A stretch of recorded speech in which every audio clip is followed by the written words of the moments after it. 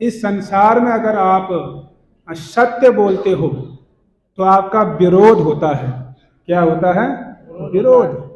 सत्य वस्तु को सुनने वाले बहुत कम हैं, बहुत ही कम। सत्य वस्तु को स्वीकार नहीं कर सकते हैं। कलयुग की बात तो छोड़ दो आप, सतयुग में भी ऐसी घटना देखने को मिलती है।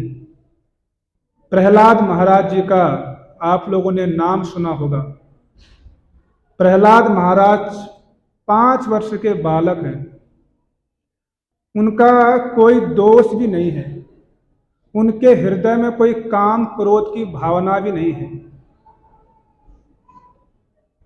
लेकिन जब उनके पिता हिरण्यकश्यपु ने उनको अपनी गोदी में बिठाया, जो हिरण्यकश्यपु अपने पुत्र प्रहलाद को अपने गले का हार समझता है, अपने आंखों का तारा समझता है, उस हिरण्यकश्यपु ने जब अपने पुत्र प्रहलाद से पूछा कि पुत्र तुमने क्या सीखा, बताओ, तब प्रहलाद महाराज कहते हैं कि हे असुर श्रेष्ठ, मैंने भगवान श्री नारायण की, भगवान श्री विष्णु की भक्ति करना सीखा है।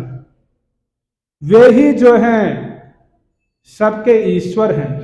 वे मेरे हृदय में भी हैं और वे आपके हृदय में भी हैं। वे सबका पालन पोषण करने वाले हैं। ऐसे भगवान श्री विष्णु का मैंने भजन सीखा है। जब ये वचन सुने हिरण्यकश्यपु ने तुरंत अपनी गोदी से उठाकर फेंक दिया।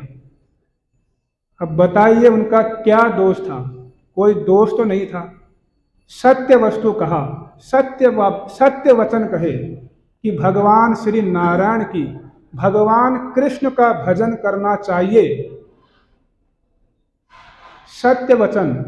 लेकिन हिरण्यकश्यपु को सत्य वचन बड़े चुभ गए और उन्होंने प्रहलाद को अपना शत्रु मान लिया, उनसे ईर्ष्या करने लगे। तो जब सतयुग में भी सत्य वचन का विरोध हो सकता है, तो कलयुग में अगर विरोध होता है तो इसमें कोई आश्चर्य नहीं है। श्रील भक्ति सिद्धांत सरस्वती ठाकुर प्रभुपाद जी कहते हैं कि सारे विश्व के जितने भी जीवात्मा हैं, वे एक ही स्वर में एक साथ मेरा विरोध करें, तब भी मैं अपने गुरु के छत्र छाया में रहकर सत्य वस्तु को बोलने से तनिक भी कुंठित नहीं होऊंगा। ऐसे वचन। तो रसिकानंद प्रभु इतने महान भक्त थे कि उन्होंने ऐसे ऐसे लोगों का उद्धार किया जो पाखंडी थे और यवन कुल में जिनका जन्म हुआ था, यहां तक कि पशुओं का भी उद्धार किया। जिस क्षेत्र में रसिकानंद प्रभु प्रचार कर रहे थे, उस क्षेत्र के राजा को रसिकानंद प्रभु से ईर्ष्या हो गई और उन्होंने रसिकानंद प्रभु को मारने के उद्देश्य थे 2 पागल हाथी छोड़ दिए।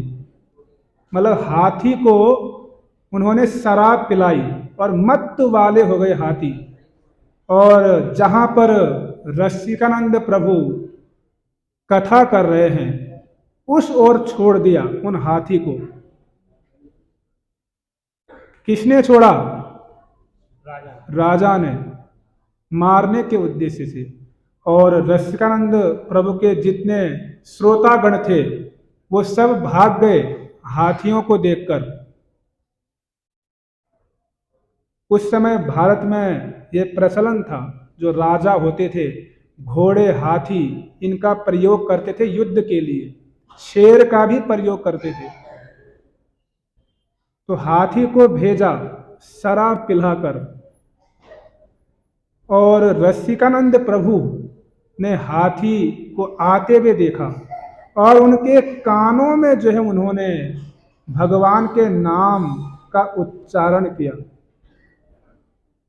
जैसे ही भगवान के नामों का उच्चारण किया रसिकानंद प्रभु ने, तो वे हाथी जो हैं रसिकानंद प्रभु की परिक्रमा लगाना शुरू कर दिया, उनकी परिक्रमा शुरू की।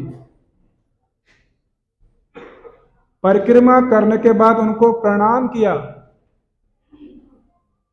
और उसके पश्चात रसिकानंद प्रभु ने उनको दीक्षा भी दिया। दीक्षा का नाम क्या पड़ा? गोपाल दास। जो हाथी है उसका नाम क्या पड़ गया? गोपाल दास। और बड़ा आश्चर्य कि प्रत्येक दिन जहां पर रसिकानंद प्रभु कथा सुनाते हैं वहां पर वो हाथी उस कथा को श्रवण करने आता था। सोचिए, हाथी को भी दीक्षा दे दिया, मतलब हाथी का भी उद्धार कर दिया।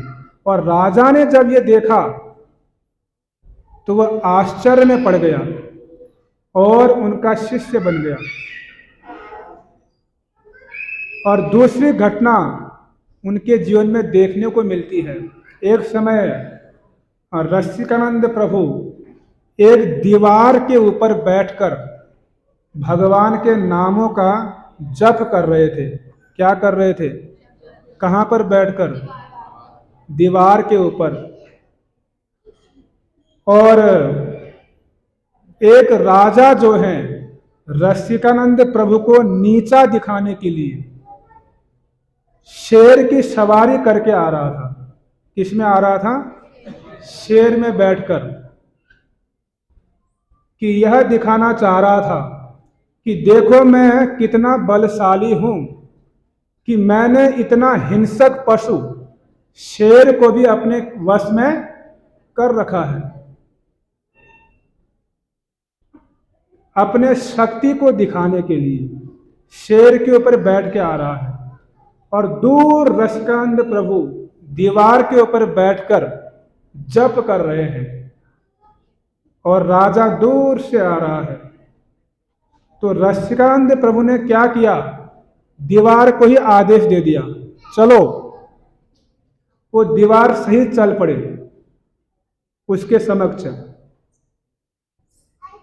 और राजा ने, जो शेर के ऊपर बैठकर आ रहा है, उसने जब ये दृश्य देखा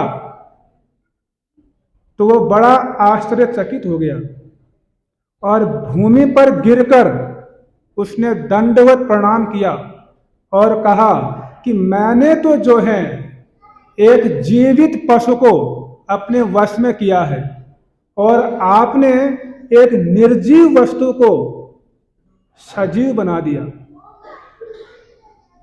और इस प्रकार इस घटना को देखकर वह उनका शिष्य बन गया। तो ऐसे महान भक्त थे रसिकानंद प्रभु हमारे संप्रदाय में, विशेषकर चैतन्य महाप्रभु के संप्रदाय में।